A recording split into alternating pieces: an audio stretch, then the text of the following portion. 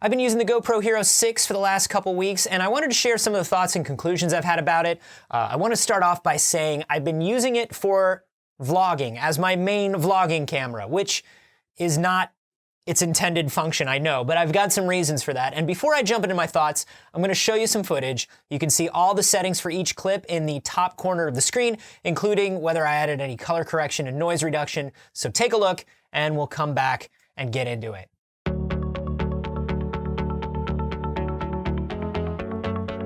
So I had previously recorded this whole intro about how we are in San Francisco, and I'm going to be testing out the GoPro 6 and vlogging in San Francisco with the GoPro 6. But I lost all that footage because of a bug in the GoPro 6 that I'll talk about later.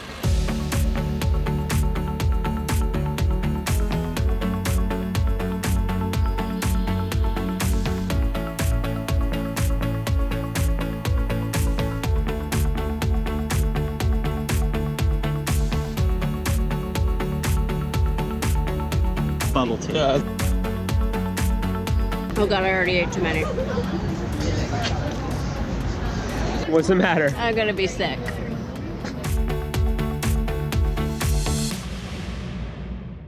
We're at the color factory. What the hell is a color factory? Everything my dreams are made of. Whoa.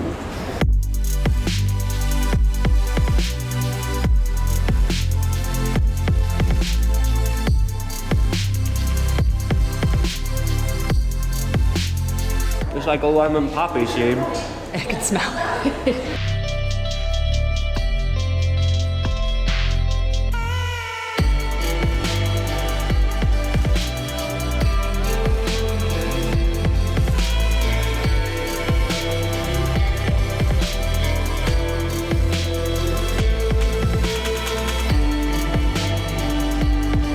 I don't know what it is. It's beautiful. Thanks. It's art because you made it. Yeah.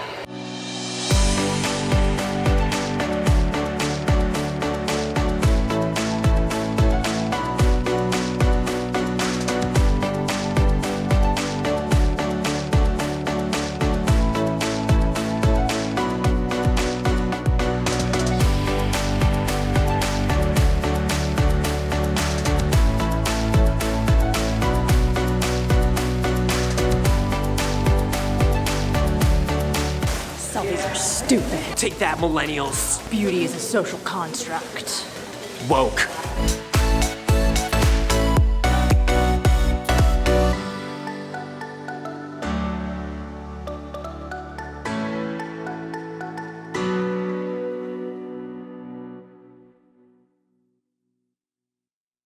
On my best looking vlogs, I use something like this. It's a mirrorless camera on a gimbal for steady motion with a shotgun mic on the top. And it's got amazing image quality, it's got good versatility, it's got great audio. It is huge. It's definitely noticeable, right? It also makes some people uncomfortable, and a lot of places won't let me shoot inside with it. It also weighs like 6 pounds, which doesn't sound like much until you're holding it straight out in front of you for a couple hours a day. It adds up. If I want to go a little lighter, I switch to this. You've seen this. It's basically the standard issue YouTube vlogger setup. It eliminates some weight and a set of batteries, but it's still not really what I would call discreet. You also lose the stabilization of the gimbal setup. Now, if you could get something that is the same quality as either of those setups at a quarter of the size and weight, I would have it. I would own it. But I'm not expecting that from the GoPro. I am always looking for something that is lighter and simpler though, with decent enough audio and video quality that packs and travels well. Here is the GoPro version of the same thing. Gimbal, mic, camera. It weighs about 1.5 pounds. Now, why go through this? I could use a point and shoot, and I do sometimes, but most of them don't have mic inputs, and if I want to connect to a gimbal, I have to use one made for a full-size camera. Now I can put my iPhone in this gimbal and hook a mic up to it, but I don't like doing that because I have to use my phone as a phone. Besides, this is like a $600 dedicated camera, so it should give me better results than my phone. And for the most part, I was really into the video I got from the HERO6. It was good everywhere you'd expect it to be. I love the video I got outside in sunlight. The 2.7K linear mode still gives a nice wide frame when I need it to, and I don't have to do any kind of post work to correct the fisheye.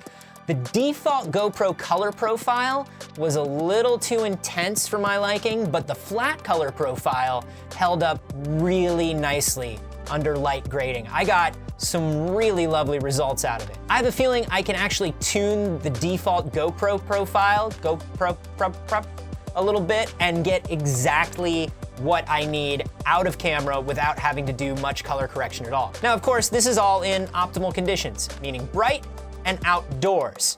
When you take the GoPro inside, or even if it gets a little overcast outside, the video noise is rough.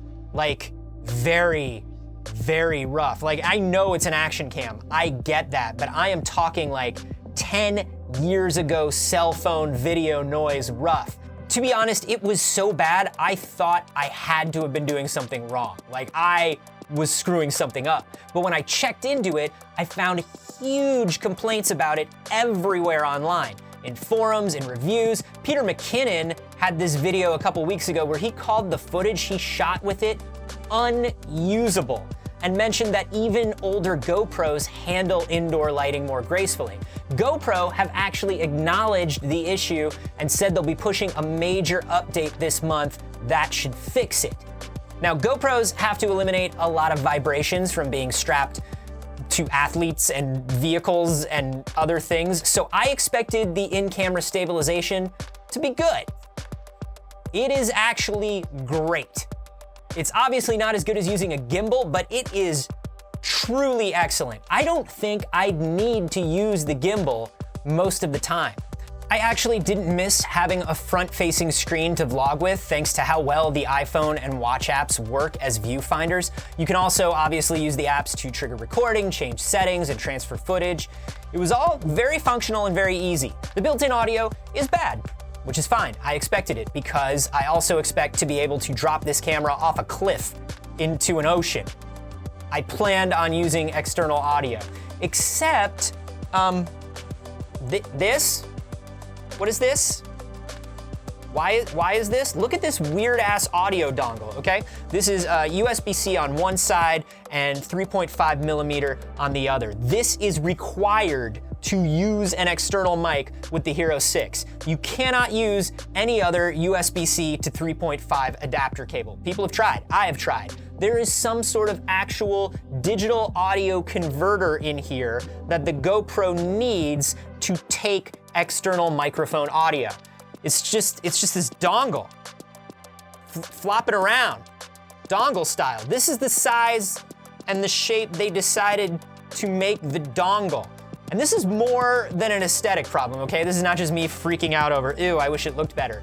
It doesn't have a clip, a socket, a bracket, a magnet, anything to mount it to the GoPro, its casing, or any other standard hardware. Check this out. I used this rubber band to keep it secure and out of the way while it's on the gimbal, but if this thing gets knocked, and it will, the mic tends to come loose. The USB-C side is tight, but the 3.5 millimeter tends to wriggle its way out, which is actually the worst way this could happen. If the USB-C came loose, the camera would default to its internal audio.